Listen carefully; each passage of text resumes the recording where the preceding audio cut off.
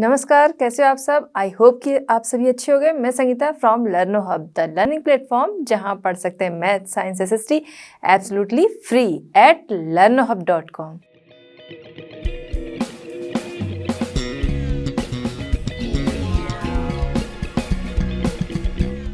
बच्चों, आज हम डिस्कस करेंगे NCERT solutions for class 10। Topic हमारा है फेडरलिज्म, क्वेश्चन नंबर 1 to 6।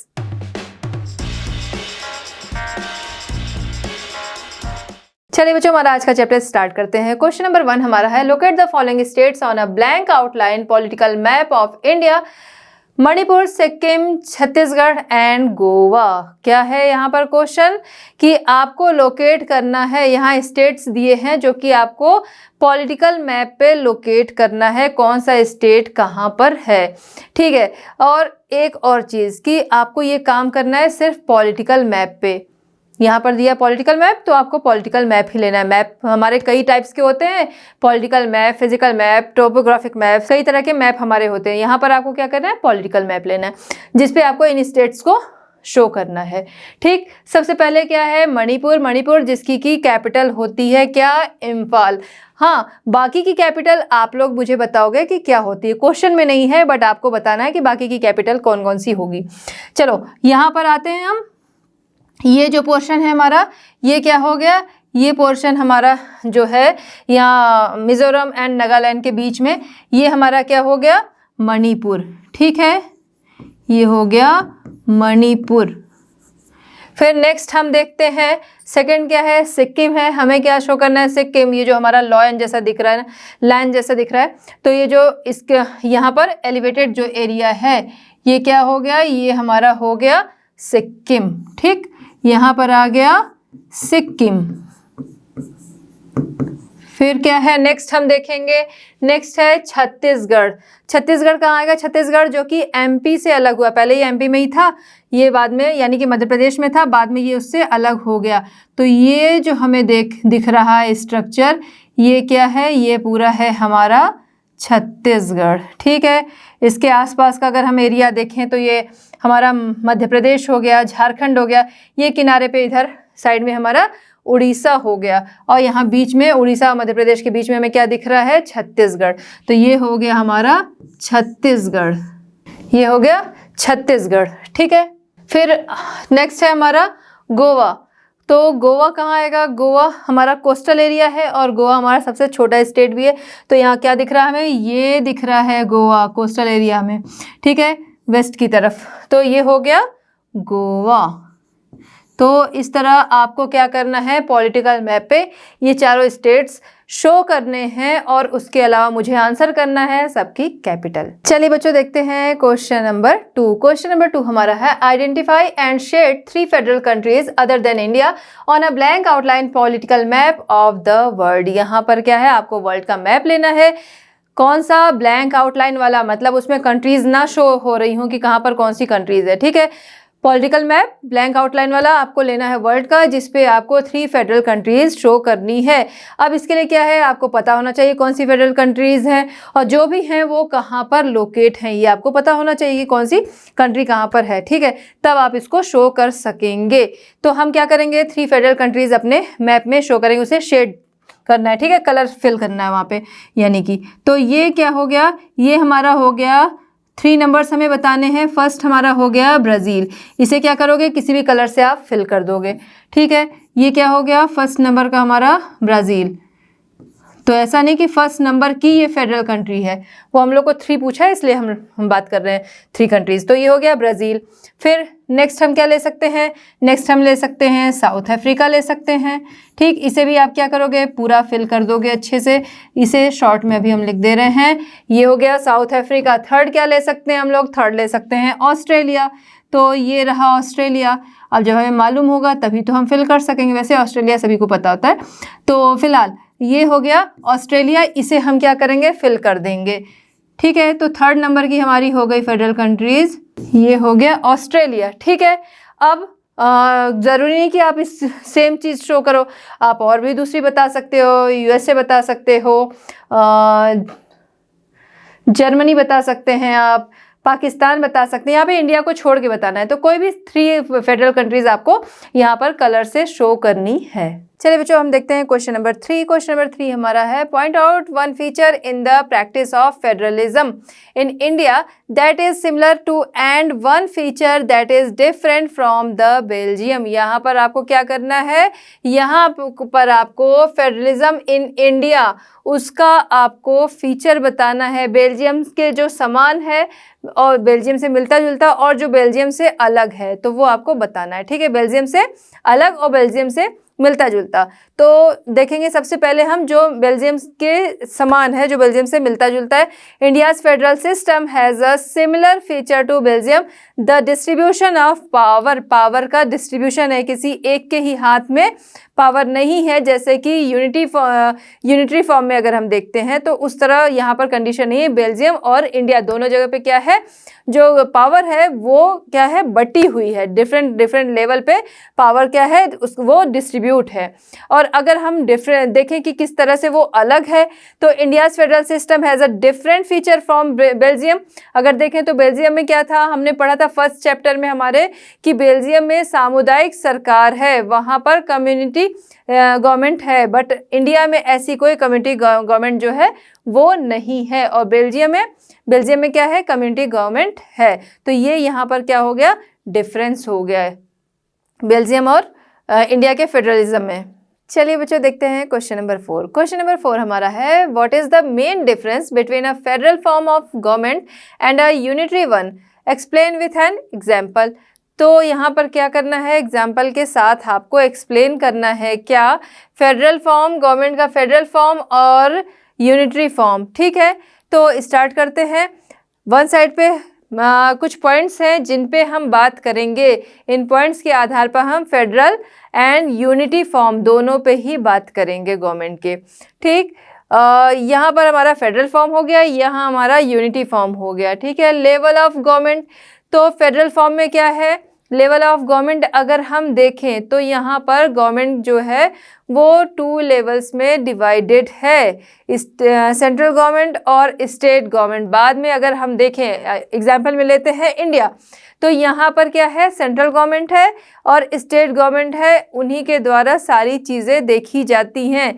फिर हम देखते हैं 92 के बाद क्या होता है, इसी में लोकल गवर्नमेंट भी आ जाती है।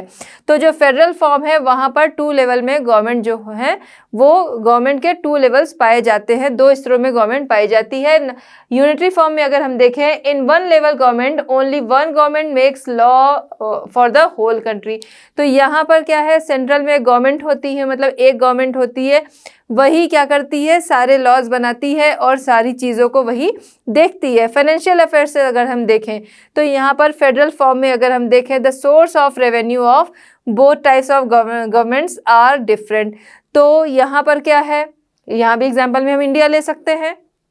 तो यहाँ पर क्या है कि जो भी सोर्सेज हैं, जो हम रेवेन्यू आता है वो सेंट्रल गवर्नमेंट का अलग होता है और स्टेट गवर्नमेंट के लिए अलग होता है। तो यहाँ पर क्या है, दोनों के लिए अलग अलग है। Here everything sees only 1 government. यहाँ पर क्या है, यूनिटरी फॉर्म में अगर हम देखें तो सब कुछ क्या है, जो सेंट्रल में है वही देखता है। जैसे यूनिटरी गवर्नमेंट में हमारा है जापान है, यूके है, यहाँ पर क्या है, यूनिटरी गवर्नमेंट है। ठीक है, नेक्स्ट हमारा है रोल ऑफ जुडिशरी है।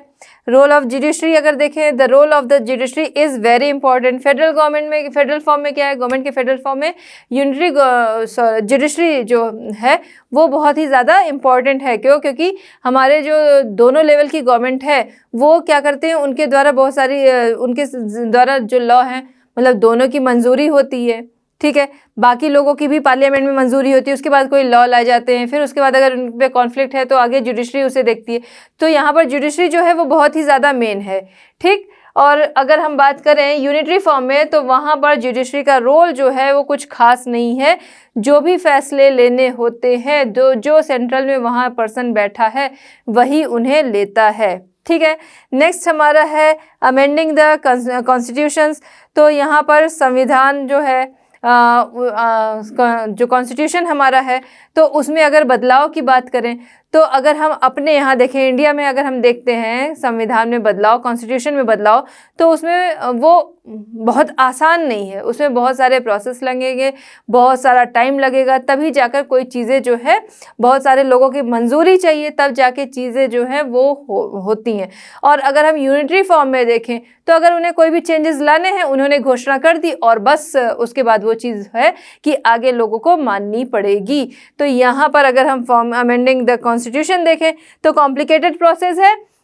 इंडिया में अगर हम देखते हैं तो कॉम्प्लिकेटेड प्रोसेस है, यानी कि जो हमारी फेडरल गवर्नमेंट है वहाँ पर क्या है, ये एक कॉम्प्लिकेटेड प्रोसेस है। अगर यूनिटरी फॉर्म में हम देखते हैं तो ये कोई बहुत ही कॉम्प्लिकेटेड फॉर्म वो नहीं है। उन्हें जब जो फैसला लेना है वो क्या करते हैं, उसकी घोषणा कर देते हैं और आगे लोगों को वो चीज़ जो है वो माननी पड़ती है। चलिए बच्चों देखते हैं क्वेश्चन नंबर 5। क्वेश्चन नंबर 5 हमारा है, state any two differences between the local government before and after the constitutional amendment in 1992। Question हमारा क्या कह रहा है कि आपको कॉन्स्टिट्यूशनल अमेंडमेंट 1992 के पहले और बाद के 2 डिफरेंसेस बताने हैं। किसके? लोकल गवर्नमेंट के। ठीक है, लोकल गवर्नमेंट के आपको 2 डिफरेंसेस बताने हैं 1992 का जो कॉन्स्टिट्यूशनल अमेंडमेंट था उसके पहले और बाद के। ठीक है, देखते हैं। सबसे पहले बिफोर वाला हम लोग, पहले क्या था? पहले ये था कि पहले सिर्फ सेंट्रल गवर्नमेंट थी और स्टेट गवर्नमेंट थी। फिर समय के साथ ज़रूरत लगी कि अब यहाँ किसी और को भी देखना चाहिए, तो लोकल गवर्नमेंट जो है वो भी हुई। बट लोकल गवर्नमेंट जो थी तो उसे उतनी वैल्यू नहीं थी। वो जो भी काम करती थी वो पूरी तरह से किसके अंडर में थी? स्टेट गवर्नमेंट की तरह। ठीक है, उस पर पूरी तरह से स्टेट गवर्नमेंट जो थी वो पूरी तरह हावी होती थी। उनको रेवेन्यू का कोई पार्ट भी नहीं मिलता था, अलग से उन्हें कोई फाइनेंशियल सपोर्ट जो था वो उतना नहीं था। ठीक है, तो जो रेवेन्यू वगैरह है वो उनको नहीं मिल रहा है। जो इलेक्शंस होते थे वो समय पर नहीं होते थे, हुए नहीं हुए। जैसे कि अगर हम देखें तो सीएम का इलेक्शन है वो हमारा 5 ईयर्स पे हो रहा है, बट वहाँ पर कोई चीज़ निश्चित थी नहीं। तो इस अमेंडमेंट के बाद क्या हुआ, यही सारी चीज़ें जो नेगेटिव पॉइंट्स थे वो क्या हुए, वो चेंज हुए, क्योंकि लोकल गवर्नमेंट जो थी वो किस लिए थी? सुधार के लिए थी। तो अगर उसमें खुद ही नहीं सुधार रहेगा तो वो काम कैसे करेगी? तो ये चीज़ 1992 के बाद क्या हुआ, इनमें सुधार हुआ। चलिए देखते हैं। Earlier the local government was placed under the control of the state government. ठीक है, स्टेट गवर्नमेंट के अंडर में पूरी तरह से काम करती थी। सेकंड हमारा है, local government elections were also not held regularly. तो रेगुलरली इलेक्शंस जो थे वो नहीं होते थे। ठीक, नेक्स्ट हम देखते हैं बिफोर कॉन्स्टिट्यूशनल अमेंडमेंट जो 1992 था उसके, सॉरी बिफोर गया, आफ्टर 1992 का कॉन्स्टिट्यूशनल अमेंडमेंट जो था उसके बाद की कंडीशन देखते हैं क्या अंतर आया। Now it is obligatory to regularise the elections of local government. ठीक है, तो लोकल गवर्नमेंट के जो इलेक्शंस थे वो रेगुलर हो गए, समय समय पर होने लगे। The state government have to give some part of their revenue to these local governments. ठीक है, तो स्टेट गवर्नमेंट क्या करने लगी, रेवेन्यू का कुछ पार्ट जो था वो लोकल गवर्नमेंट को भी देने लगी, जिससे कि आगे जो काम है वो सही तरीके से हो सके। तो ये हमने देखा कि 1992 के अमेंडमेंट के पहले क्या चेंजेस थे, मतलब क्या कंडीशन थी, और बाद में क्या चेंजेस उसमें आए। चलिए बच्चों देखते हैं क्वेश्चन नंबर 6। क्वेश्चन नंबर 6 हमारा है फिल इन द ब्लैंक्स। आइए देखते हैं, इसमें स्टार्ट करते हैं। Since the United state is a type of federation. ठीक है, यूनाइटेड स्टेट किस टाइप का फेडरेशन है वहाँ पर, तो उसका फेडरेशन टाइप क्या है, कमिंग टुगेदर। फेडरेशन टाइप अगर आपने पढ़ा होगा तो फेडरेशन टाइप 2 टाइप्स थे। तो वहाँ पर क्या है, फर्स्ट जो हमारा टाइप था फेडरेशन टाइप की अगर हम बात करें, फेडरेशन टाइप जो हमारा है वो उसके कितने हैं, 2 टाइप्स हैं। फर्स्ट हमारा है कमिंग टुगेदर। ठीक है, coming together, coming together. And second type अगर हम देखें तो क्या है, वो होल्डिंग टुगेदर। ठीक है, तो ये 2 टाइप्स हो गए। ठीक है, किसके हो गए, फेडरेशन के। फेडरेशन के 2 टाइप्स हो गए, coming together and holding together. यहाँ पर क्या है, यहाँ पर हमारा है since the United state is a type of federation. United state जो है वो किस टाइप का फेडरेशन है, वहाँ पर है कमिंग टुगेदर फेडरेशन। फिर आगे हम क्या देखते हैं, all the constituent state have equal powers and state are vis the federal government. ठीक है, तो सभी जो कॉन्स्टिट्यूंट स्टेट हैं उनकी जो पावर है वो इक्वल है, और वहाँ के स्टेट जो हैं वो क्या है, फेडरल गवर्नमेंट से स्ट्रॉन्ग हैं।